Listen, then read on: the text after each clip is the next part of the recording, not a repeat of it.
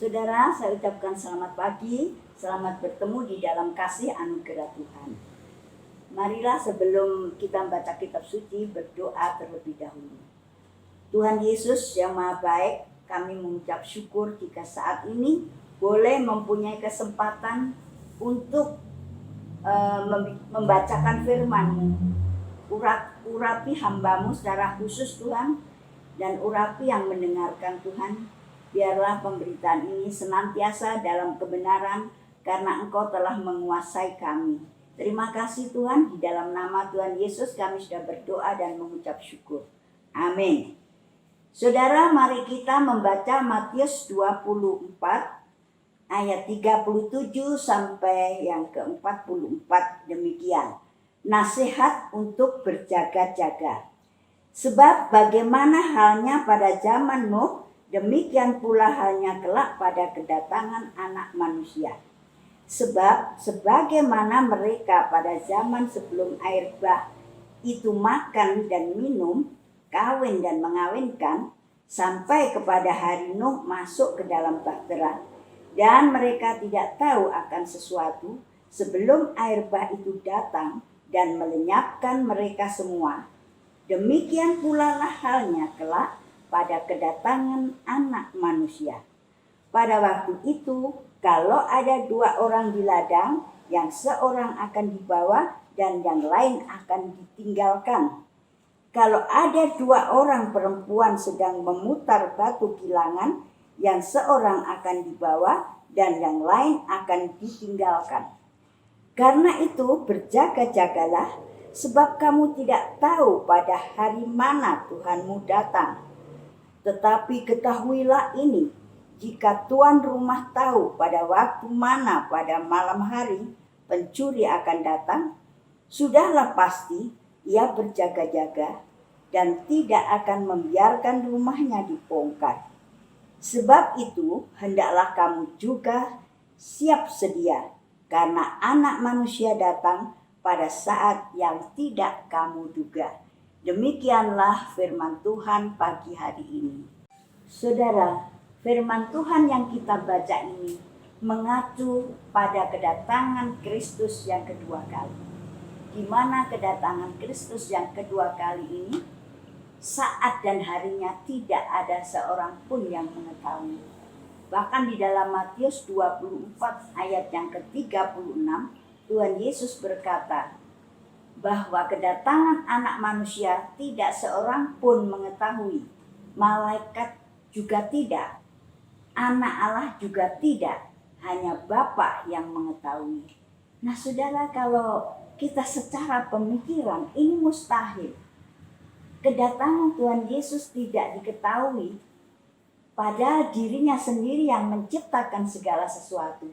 Bahkan di dalam Yohanes 1 ayat yang ketiga dikatakan, segala sesuatu dijadikan oleh Dia, dan tanpa Dia tidak ada suatu pun yang telah jadi dari segala yang telah dijadikan.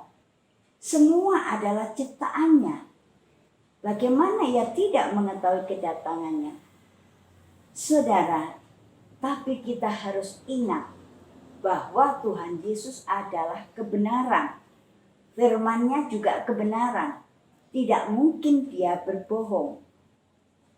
Kalau kita percaya bahwa saat Tuhan Yesus datang ke dunia, ini adalah karena Yesus sebagai manusia seutuhnya, di mana Ia mengemban tugas untuk menebus dosa manusia, di mana Ia harus menjadi manusia seperti saya dan saudara. Ia merasakan lelah, Ia merasakan haus dan lapar, sehingga Ia tidak tahu pada saat akhir zaman akan tiba. Demikian saat Dia mati, dikuburkan dan bangkit dari kematian, Ia menjadi Allah seutuhnya. Pasti Dia mengetahui kapan akhir zaman itu tiba dan kapan Dia harus datang ke dunia. Saudara, biarlah ini menjadi rahasia bagi Tuhan sendiri. Saudara, dalam kekristenan ada 3 pendapat tentang kedatangan Tuhan Yesus yang kedua kali, yaitu sebelum tribulation, di tengah-tengah tribulation, dan sesudah tribulation. Artinya tribulation itu yaitu masa penyiksaan antikris selama 7 tahun. Kalau saya percaya sebelum tribulation, kenapa demikian? Alasannya karena tidak mungkin Tuhan Yesus membiarkan orang kudusnya disiksa oleh antikris. Nah saudara, kedatangan Tuhan Yesus yang kedua kali ini ada 2 bagian. Bagian yang pertama, kedatangan Tuhan Yesus tidak menginjakkan kakinya di atas bumi, tetapi hanya di awan-awan, di mana kubur-kubur terbuka dan orang yang percaya pada Kristus dibangkitkan, dan yang masih hidup seperti saya dan saudara diubahkan lalu menyongsong Tuhan di atas awan-awan. Sedangkan yang kedua, bagian kedua, Tuhan Yesus datang menginjakkan kakinya di bumi, yaitu di kota Yerusalem. Ini tertulis pada Zakaria 14 ayat yang keempat. Saudara, di dalam bacaan kita, kedatangan Kristus diumpamakan atau disamakan seperti banjir pada zaman Nuh, di mana orang sedang makan dan minum, kawin mengawinkan. Mereka tidak tahu bahwa sebentar lagi sesudah Nuh membuat perahu akan datang banjir yang menenggelamkan mereka semua. Demikian kedatangan Anak Manusia tidak diduga-duga saat dan waktunya, sehingga semua orang percaya harus berjaga-jaga. Saudara yang dikasih Tuhan, kedatangan Tuhan Yesus ini akan terjadi, sebelumnya akan terjadi masa yang sukar dan banyak orang menjadi murtad dan berpaling dari Tuhan dan percaya kepada roh-roh penyesat. Sehingga kita yang percaya harus tetap berjaga-jaga untuk menanti kedatangan Tuhan. Saudara, ternyata bacaan kita mengandung pesan Tuhan. Yang pertama dalam ayat 44, supaya kita siap sedia karena Anak Manusia datangnya tidak dapat kita duga. Nah saudara-saudara, bagaimana siap sedia itu? Siap sedia tidak bisa dilakukan pada saat Tuhan Yesus datang, tetapi harus dimulai dari sekarang. Bagaimana tingkah laku kita? Bagaimana kita berbuat kehidupan sehari-hari? Bagaimana kita melayani pekerjaan Tuhan, sehingga sampai Tuhan datang tidak ada cacat celah kita, sehingga kita turut terangkat. Nah saudara-saudara, yang kedua, kita harus berjaga-jaga, karena Tuhan juga tidak dapat ditentukan kapan datangnya. Dan berjaga-jaga itu tidak seperti orang ronda malam, tetapi kita harus setiap hari berkomunikasi dengan Tuhan melalui doa-doa kita. Di sini Tuhan memberikan contoh melalui Lukas 18 ayat 9 sampai dengan 14, yaitu ada 2 orang yang masuk ke bait suci, 1 orang Farisi, kedua pemungut cukai. Orang Farisi berdoa senantiasa membaikkan dirinya bahwa dia adalah setia kepada Tuhan, berpuasa seminggu 2 kali, setiap hari membaca kitab suci dan banyak menolong orang, tidak seperti pemabuk, penjudi dan sebagainya. Tetapi orang pemungut cukai, dia masuk ke bait Allah lalu tersungkur di tanah, menyembah kepada Tuhan dan memukul-mukul dirinya.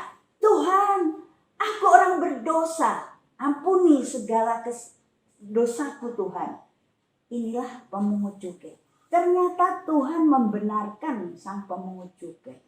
Jadi saudara, kita harus merendahkan diri setiap hari dan mengakui dosa-dosa kita seperti orang pemungut cukai ini. Yang ketiga, saudara, Tuhan memberikan contoh 2 orang perempuan yang sedang memutar batu bilangan, di mana yang satu diangkat, yang satu tidak. Yang diangkat itu berarti tak kala dia hidup berkenan kepada Tuhan, hidup menuruti firman Tuhan. Tetapi yang satu tidak, bahkan mungkin tidak percaya kepada Tuhan Yesus. Apakah manfaat kedatangan Tuhan yang kedua kali ini?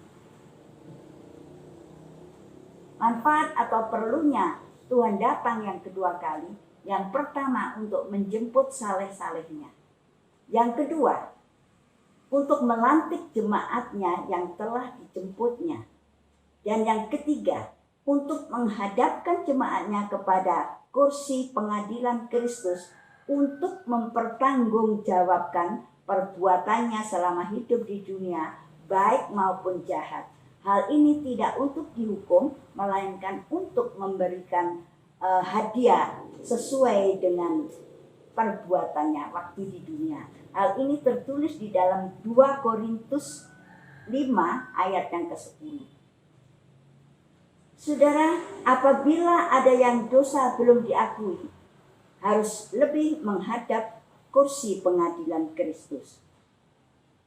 Dan terjadilah sesudah itu perkawinan anak domba. Ini dalam urutan yang keempat terjadi perkawinan anak domba, di mana sebagai mempelai laki-laki Tuhan Yesus dan jemaat sebagai mempelai wanita. Di dalam Wahyu 19 ayat 7 sampai 9. Dan saudara, pada saat itu, pada saat kita bersenang-senang bersama Tuhan dalam perjamuan anak domba, di dunia terjadi penyiksaan oleh antikris, sehingga manusia yang tidak terangkat, orang percaya yang tidak diangkat, mengalami penyiksaan oleh antikris. Kesimpulannya, saudara-saudara, marilah kita tetap setia dan menjaga kekudusan kita. Setiap hari kita harus berkomunikasi dengan Tuhan melalui doa-doa kita dan merendahkan diri mengakui segala dosa kita. Marilah kita dengan penuh pengharapan menantikan kedatangan Tuhan kita Yesus Kristus. Marilah kita berdoa.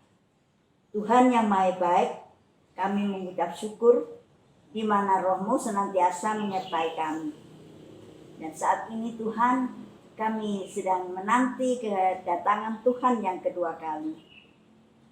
Tuhan, kami menyerahkan segala permasalahan kami, dosa-dosa kami, supaya di saat Tuhan datang kami dapat ikut terangkat ke surga. Hanya di dalam nama Tuhan Yesus kami sudah berdoa dan mengucap syukur. Amin.